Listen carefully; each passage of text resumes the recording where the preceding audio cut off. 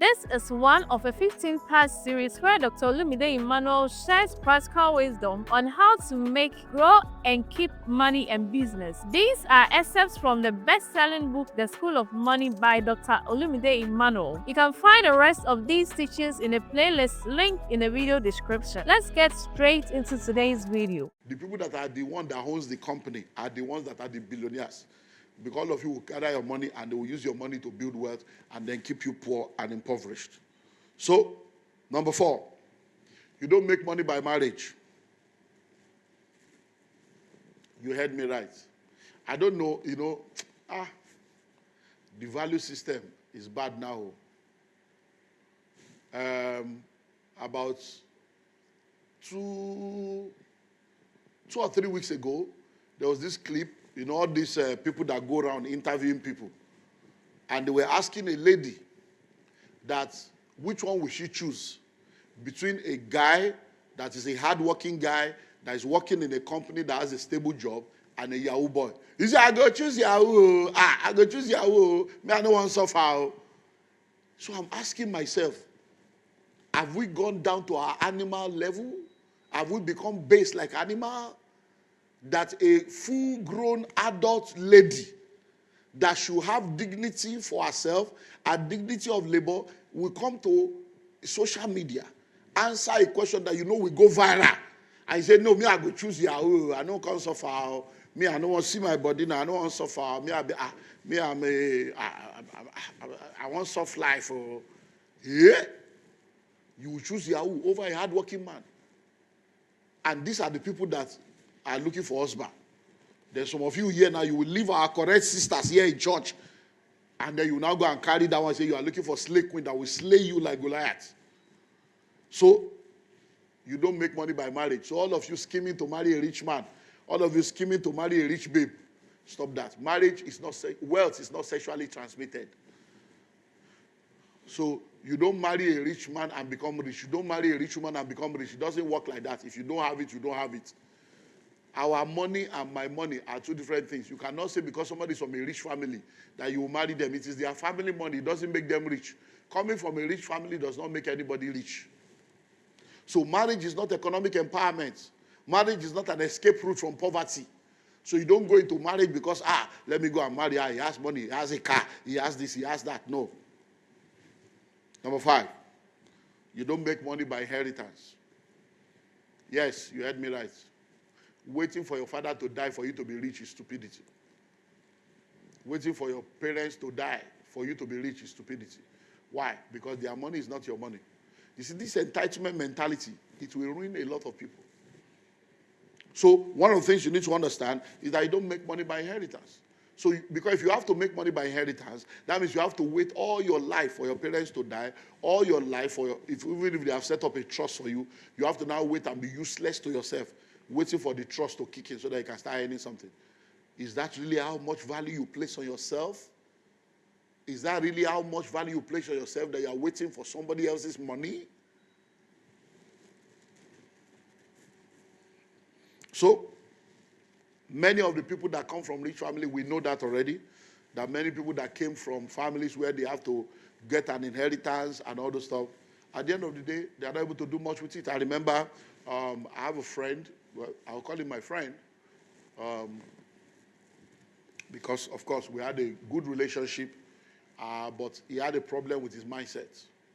And this aspect of inheritance was the major reason why I cut off from him.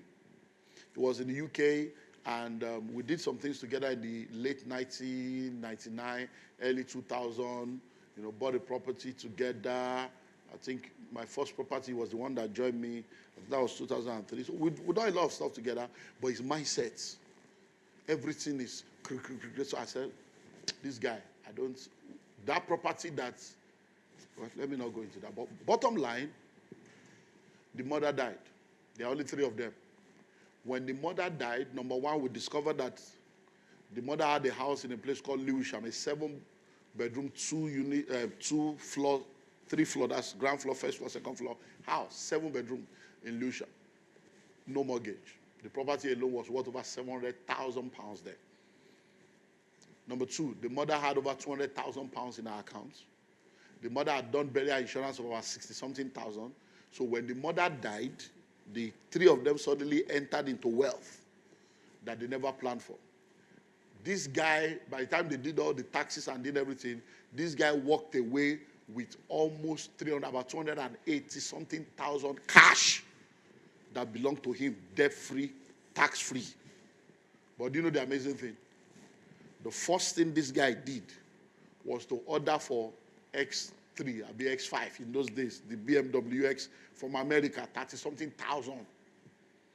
He carried catalog, ordered. The next thing he did was that he wanted to do 40th birthday. And he was now inviting me. Hey, man of God, you know, you're my, I'm doing my 40th. I need you to come. We will fly you in. We'll fly you in. So I'm like, let me not call his name. I'm like, are you all right? You will fly me in.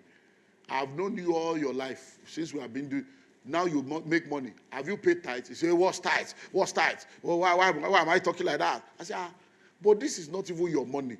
It's a money you were not expecting. And now you have been in church. I know how the church paid your house rent at the point. How they say, no, don't go there. I say, well, sorry, me, I cannot come. I say, you want to celebrate 40. Can you please tell what have you achieved at 40 that is worthy of celebration?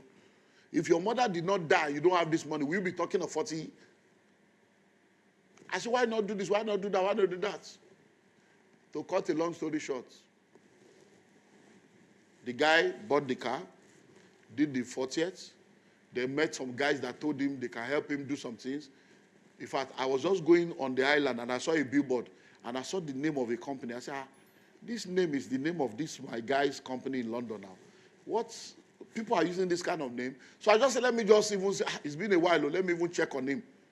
And now pick my phone to call him. And he picked, man of God, you are a prophet, you are a prophet. I'm in Nigeria, I've been in Nigeria for the past 3 weeks. I said, what are you doing? And he said, you know, some guys who are doing some real estate stuff together. I said, you are coming to Nigeria to do real estate. And me, I'm the real estate person.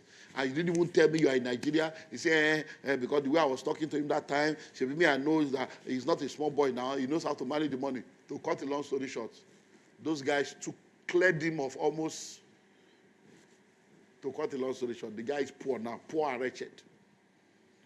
I'm telling you, somebody that had 280-something thousand pounds cash, debt-free, tax-free. Why? Inheritance. So let's move on. How then do you make money? How then do you make money? If we have looked at the ways not to make money, how then do you make money? So you make money by working.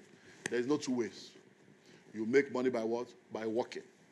Either you work for yourself or you work for others. Either you work for yourself or you work for... Now, tell that person sitting next to you. Say, my brother or my sister, the only way to make money is by working. Now turn to the person on the other side and say, either you work for yourself or you work for other people. Either you do what? Either you work for yourself or you work for other people. So sit down and ask yourself, what do I do for a living? You cannot be a full-grown human being and tell me I don't have work, I don't have job. Shut up, shut up, shut up. There is work everywhere. It's salary you are looking for, not work. If you are looking for work, you will be working. You are not looking for work, you are looking for a job. The question is, there is work everywhere, but there is no job everywhere. Who should create the job for you? Hello? We have told, oh my God, we have told, even if it's to just come to church office and volunteer and join them for prayer, join them for evangelism, try it for 3 months and see if you will not be engaged. We have testimonies already. You have heard all kinds of testimony. Just come and say, okay, church, I'll be in church twice a week. Since I don't have anything I'm doing right now, instead of sitting at home every Tuesday, every Wednesday, every Thursday, I'll be here. Just be coming. Join them for evangelism, join them for prayer, and try it for 3 months and see if you will still not have something doing. There is work everywhere. So you work either for yourself or you work for others. So I want to give you an assignment now, and then we'll continue into the next part. So these are the assignments you have for yourself. You know, I gave you assignments, I think the first or second week when we started. By the time I came the third week, many of you didn't do the assignment. So, you know, I can't force you to change. I will only do my job as a pastor. So But people that are doing these things, they are producing results. So, number one, list out 10 ways you have been making money in the last 5 years. So it's an assignment you need to sit down and think. But if you have listened to me over and over again, you will already have a list of how you are making money. I can show you from 1996 to date. 96, 97. Yeah, 96, 97. Every income that has ever come into my life and every expenditure, I can show you in black and white. So I can easily answer that question of where money is coming from. So if you don't have that detail, go and sit down. Where have you been making money in the last 5 years? So list out 10 ways. Oh, in the last 10 years or in the last 5 years, once in a year, I get money from this. Twice in a year, I get money from this. Every month, I get money from this. Periodically, I get money from this. Make that list. Number two, list out as many possible ways of making money that you can think of now. List out as many possible ways of making money that you can think of now. What are the ways of making money that you can think of? So you now sit down, you list it again. I can make money through this, I can make money through this, I can make money through this, I can make money through this. If you don't, I've written a new book. Many of you don't have it. Some of you have it, you have not read it. I can't force you. I'll keep talking. How to create wealth as a career person. No matter the career you are doing. You saw the talk show we did when the woman of God shared with us what she discovered about the business of her career, even as an NDLEA person. So there are many things buried inside what you are already doing that can produce money for you. But when your mind is salary, that's all you are thinking of. You will become blind to every other possibility. So list out all the possible ways of making money that you can think of. And then begin to explore how you can work in the manifestation of that. Do we get that now? So let's move on. So let's now go into how to manage money. So how to make, manage, and multiply money. How to make, manage, and multiply money. So now let's go into how to manage money.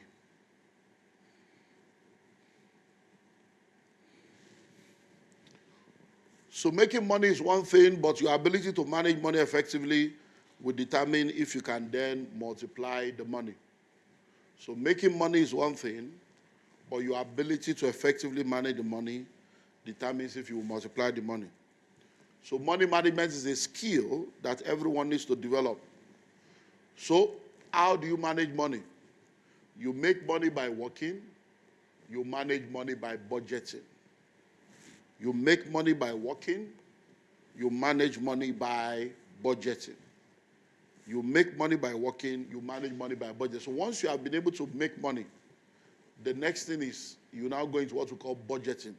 Budgeting is the way to manage your money so that your money will be able to get into where it needs to get to. So I'm going to take this step by step because this is an entire module on its own, and whatever we stop, we'll continue next week. So budgeting is a financial planning and management strategy that helps you to use the money you make wisely. Budgeting is a financial planning and management strategy that helps you use the money you make wisely. So when you are making money, budgeting is what will help you to manage the money wisely. In budgeting, you estimate your income and expenditure and project the way it will be used to help you to achieve your financial goals. So in budgeting, you sit down. What are all the income sources? What are all the expenditure items? You now look into how can I use this income to take care of this expenditure? How can I use this income to take care of this expenditure so that all my financial goals will be achieved? Because like I've always said, once your expenditure is greater than your income, your upkeep will become your downfall. Once your expenditure is greater than your income, your upkeep will become your downfall. Budgeting will help you control your money instead of your money controlling you. Budgeting will help you control your money instead of your money controlling you. So as a man or a woman that wants to manage money effectively, you'll be able to say, okay, 10% for tithe, 10% savings, 20% for investment, 5% for this. So instead of you controlling the money, instead of the money controlling you, you are the one controlling the money. Next, budgeting helps you know whether you are living within your means or above your means. So once you have a budget, you will now know whether you are living within your means or living above your means. So if, for instance, your income is $1,000, if your income is $1,000 and your expenditure is $1,200, you already know you are living beyond your means. But if your income is $1,000, your expenditure is $650, you know that you have $350 left. So that's one of the things that budgeting will do. It will help you to be able to do what? To be able to effectively ensure that you live within your means. Next, budgeting assists you in your savings and investment goals. Budgeting assists you in your savings and investment goal. Because when it comes to budgeting, what you are doing is you are able to now say, okay, every month, 10% for this. For instance, now, the Nigerian stock market has picked up since last year, and people are already cashing out again in the stock market. So if you are someone that is into savings and investment, every month you can now say, okay, let me be pushing this into the stock market every month and begin to, trade again and begin to, make some returns. So budgeting will assist you in what? In your savings and investment goal. Next, budgeting is a guide that helps you know whether you are heading towards your financial goal or away from your financial goal. Budgeting is a guide that helps you to know whether you are heading towards your financial goal or away from your financial goal. I had a session, a coaching session with someone about 2 weeks ago, and she was sharing about how they had a financial goal, and even though they had a financial goal, they did not have the resources for it. And then they now spoke to people that decided to help them, and the people that decided to help them gave them an opportunity to be making money from another source every month, so that from that source they can begin to save the money towards the goal. The very minute that source opened up and the money began to come, the husband started diverting the fund to do other things. Why? He was moving away from their financial goal because there was no budget. Yes, they had a budget, but they didn't keep to it. And after 3 months, she said, okay, so by now we should have this now. I said we should go and consult this and start this now. He said, how do you know we have it? He said, but that's the plan. So what happened? Hey, don't you know I have to take care of this person, take care of that person? When that source of income was not there, they were not taking care of anybody, and the people they were not taking care of were all right. The very minute that source of income came, they forgot their goal, the man began to manifest. And that's what happens in some marriages where the woman is just manifesting or the man is manifesting, and then it becomes difficult for you to be able to work with unity and unison with someone that is not going the same direction or having the same kind of mindset like you have. And that's what we call Parkinson's law.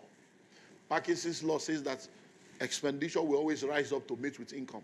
So when people have new income, instead of them to now begin to save towards a higher goal, they begin to increase their expenditure and then they remain in the same level. Next, budgeting helps you prepare for financial emergency and unexpected expenses.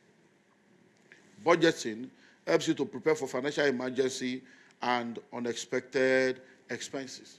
Because if you have budget, you will now know that, okay, like I've told you, if you save a minimum of 10% of all your income, that is saving for the rainy day. That's saving for eventuality. So budgeting helps you to do that. Next, budgeting helps you to stay out of debt or get you out of debt if you're already in debt. Budgeting helps you to stay out of debt or to do what? To cancel your debt if you're already in debt. Next, budgeting helps to reveal areas where you are spending too much so you can adjust. Budgeting helps you, it reveals area where you are spending too much so that you can adjust. So I can go on and on and on and on, but you get the gist. You must learn to manage the money through budgeting in order to be able to multiply the money. So no matter what happens in your life, never spend all the money you make or else you remain poor. It is not how much you make that matters, but what you do with what you make. If your expenditure is greater than your income, your upkeep will become your downfall. I'm going to stop there because we are still in the midst of our railboat season.